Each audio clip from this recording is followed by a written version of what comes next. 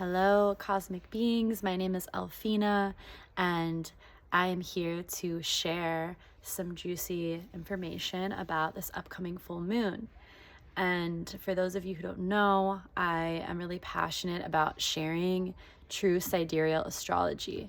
And this type of astrology is not the Western mainstream astrology. It's not the Vedic astrology. It's actually its own unique way of mapping the sky and the stars. And a little basic rundown of what sidereal astrology really is to help you understand is it uses an astronomer's map and the actual sky and the size of the constellations in the sky to map where we are as a collective and also in your natal chart. So what that means is in Western astrology and in Vedic astrology, it splits the zodiac signs into 12 equal pie slices. Each zodiac sign or zodiac season has 30 days or 30 degrees. However, if we look into the actual sky, it isn't that simple. The sky isn't just 12 equal slices. It's actually very different. So each of the constellations are completely different sizes, and it takes the planets different amounts of time to transit through the different constellations because of their size difference.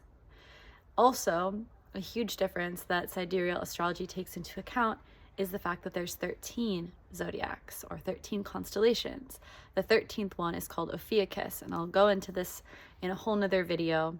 But just to understand where this is, it's actually at the tail of Scorpio before entering into Sagittarius. And if we really go back to what Western astrology, tropical astrology is based off of, it's based off an Earth map of cyclical time. And it's based using the Gregorian calendar, which split time into 12 cycles, 12 months. However, again, if we go back to the sky as our source, we actually have 13 cycles. We have 13 moons every year. Hence, it would actually make more sense and be more accurate to have 13 cycles, 13 months, 13 zodiac signs, 13 constellations. So those are the biggest differences. And I had been studying Western astrology, doing readings for dozens of people, and really following it with my own chart so intimately. And then I discovered sidereal astrology, and actually am finding a lot more deeper resonance in my sidereal chart. And I just feel that Western astrology, in the many ways that it's helpful for mapping the cycles and the seasons of Earth, when it comes to actually connecting with the sky and the stars and the planets, which is what astrology is truly about at its core, then it's actually Western astrology is deceiving. Because if we're looking up in a telescope, looking at where a planet is, it's not accurate.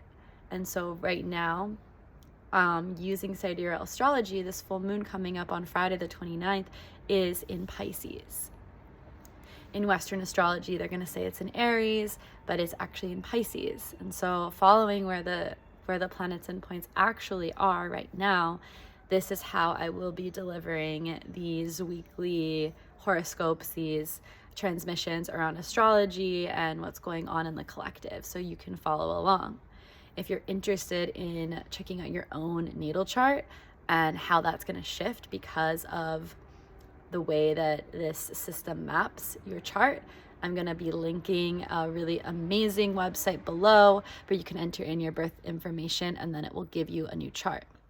And the biggest thing that you're going to notice when you enter in your new information and receive this new chart is that instead of the outside, the circle looking even with all the constellations, you're going to notice that they're all different sizes.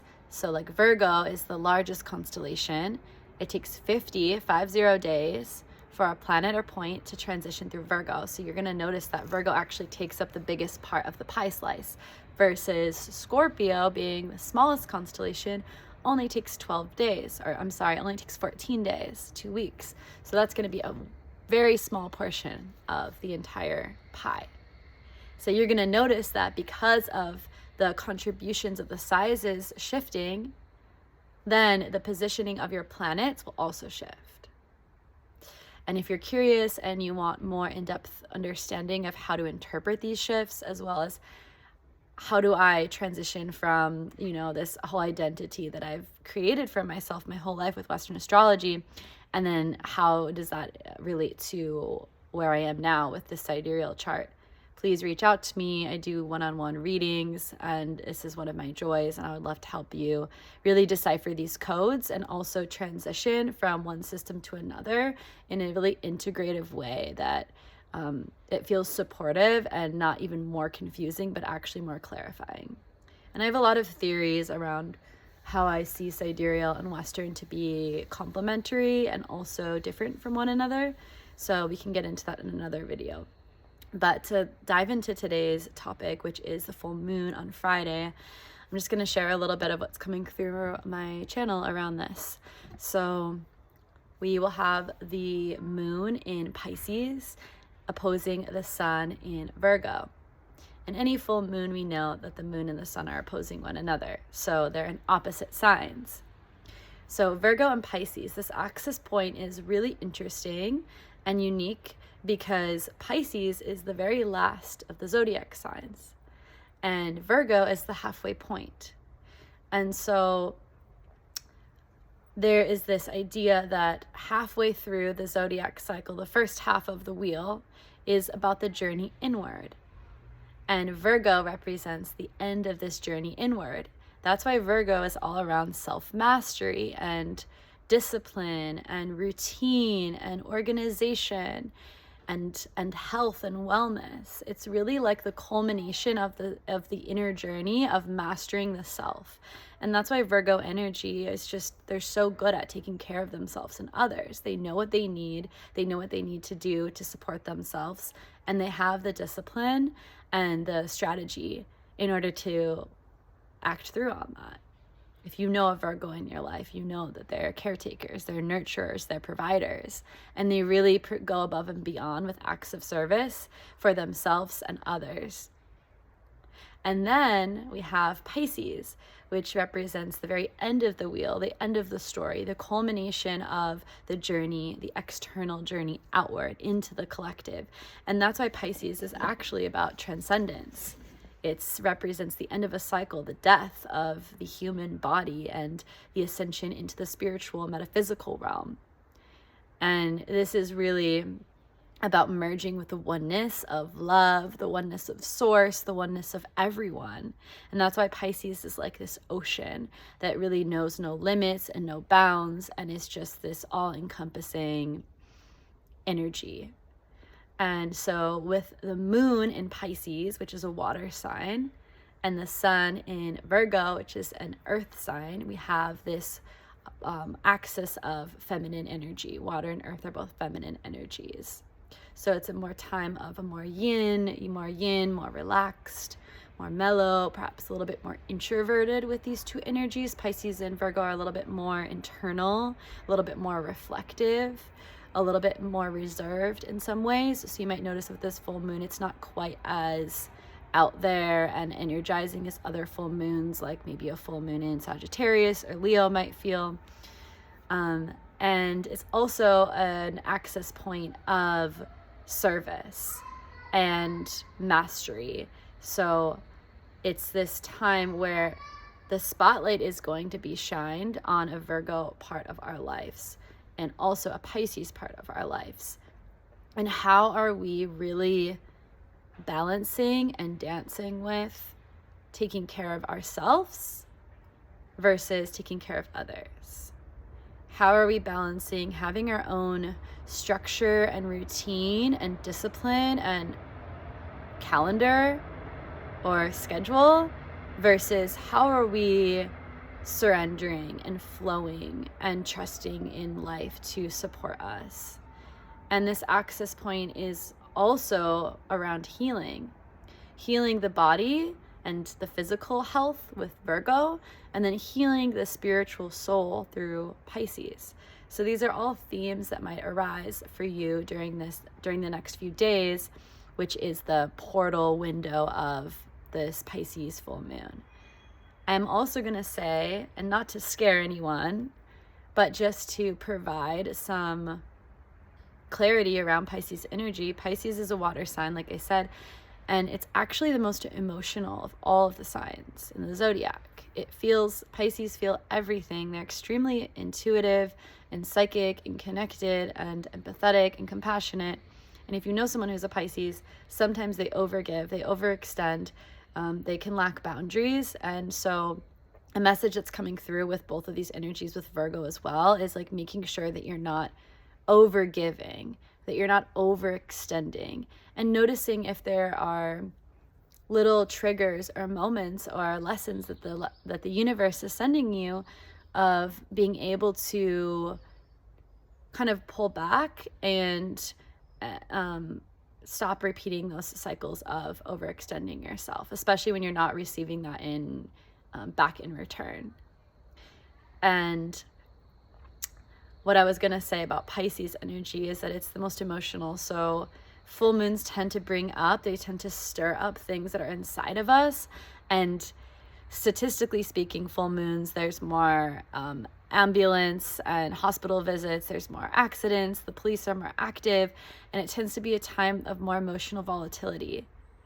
So with it being in Pisces, noticing if there are really strong emotions that want to surface, and being very intentional with who you're going to be around this time, the set and setting, as you might call it, and also like what you're doing. Like, are you consciously creating a portal of celebration, of safety, of love, of friendship? Or are you putting yourself, maybe compromising yourself using different substances or distractions? Because Pisces, in its lower expression, is known for escapism, is known for addiction, addictive behaviors. And it can want to run away when things seem too intense, because since it feels everything, sometimes it can feel like, I can't deal with this anymore. I need to distract. I need to pull away. And so noticing that if there are those situations that might feel a little bit too much, where you might want to disassociate, where you might want to distract, where you might want to run away, and being really extra aware. And that's what these full moons are all about.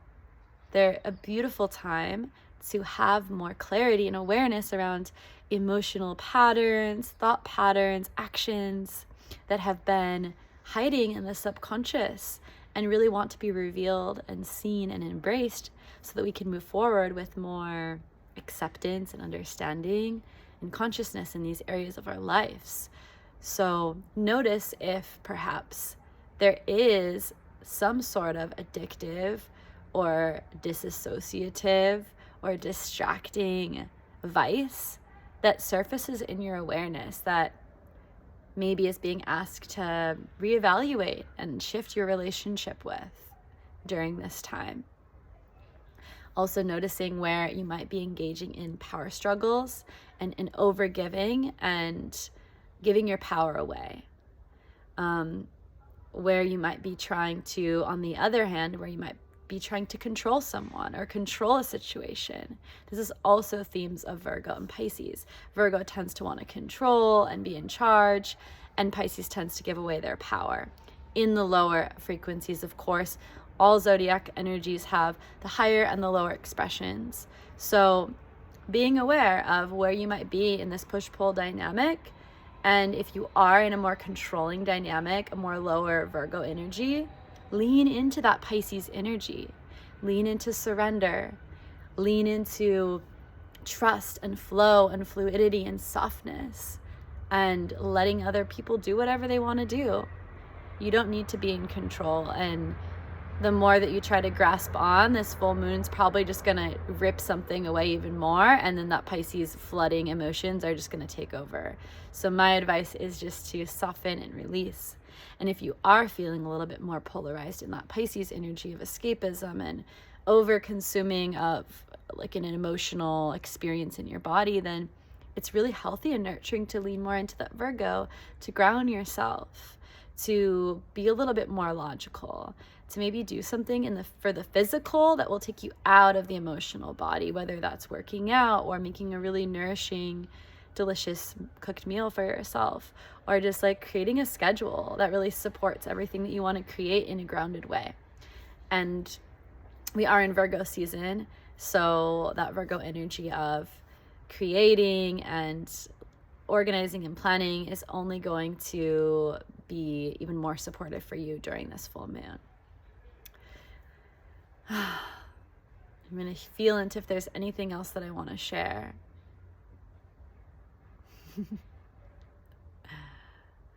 Yeah, one more thing that's coming through is this idea of fantasy. And Pisces is all about fantasy, imagination, dreams, the dream world, right? So what I'm feeling with this full moon being in Pisces and the sun being in Virgo is it's like a time to dream your fantasies into reality, because that Virgo energy is going to allow you to ground those imaginative fantasy ideas into reality.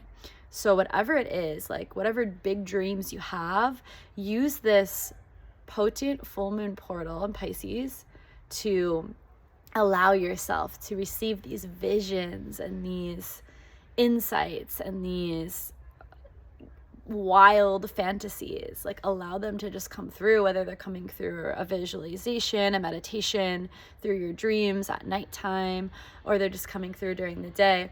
Allow them to really come through. Open up to receiving, open up, maybe even want to ask your spirit guides and your higher self to share and show you these new dreams for your life that you have that might seem like, how am I going to ground this? And it's not about knowing how you're going to ground it right now. It's being open up to receiving what wants to come through. And then what I'm feeling is, after this full moon, is illuminating these fantasies and dreams to your conscious mind. Then that Virgo sun and the Virgo energy that we have is going to be really supportive in taking the next steps in how can I ground this? How can I materialize this? How can I bring this vision into this physical world, into this physical plane? And so my advice is, do something over the full moon that allows you to tap into fantasy, that allows you to connect with your wildest dreams, whether that's going to like a show or a concert where there's really good music, or being around friends where you just feel like you can be expressive and creative, dancing, making art, even like watching like a fantasy film, or I don't know, like an anime film or something that just inspires you to think outside the box, wear colors, I don't know, just like creatively express yourself and really relish in those creative juices during this time, and trusting that you don't need to see the whole picture of how it's going to manifest, but just trusting that one step at a time it will, and welcoming in this portal for illumination of the heaven on earth that you are desiring to create in your life right here and right now. So I feel complete with sharing all of this with you. And just to wrap up this episode, again, my name is Elfina. I'm a sidereal astrologist, an intuitive guide, and I'm just so passionate about bringing this astrology to the world. So if you really enjoyed this video, you learned something new, I would really appreciate a like or a comment or even a share with a friend who might also appreciate this. I'm going to be coming on here weekly and giving updates about the different astrological happenings. If you have a certain topic that you want me to make a video about, okay, I could make a video about literally like 100 different topics I can think of. So if you have a certain request, please just comment below and I'll do my best to create content around that specific topic or question. And for those of you who are wondering what's been on my hand, this is my Healy device. It's a quantum feedback machine that sends microcurrent healing frequencies through your body, using the water as a conduit to carry this information. And I could go into this too in another video, but there's lots of quantum science that's backing up the validity of this. I'm absolutely obsessed. I've had this for 5 months now. I use it every day, and it's been instrumental in my journey to quantum leaping and just really healing and thriving on every level. So again, if you have more questions about that, just reach out to me and I'd be happy to answer. I hope you have a scrumptious day, a delicious evening, and a beautiful magical life. Enjoy this full moon. Mwah.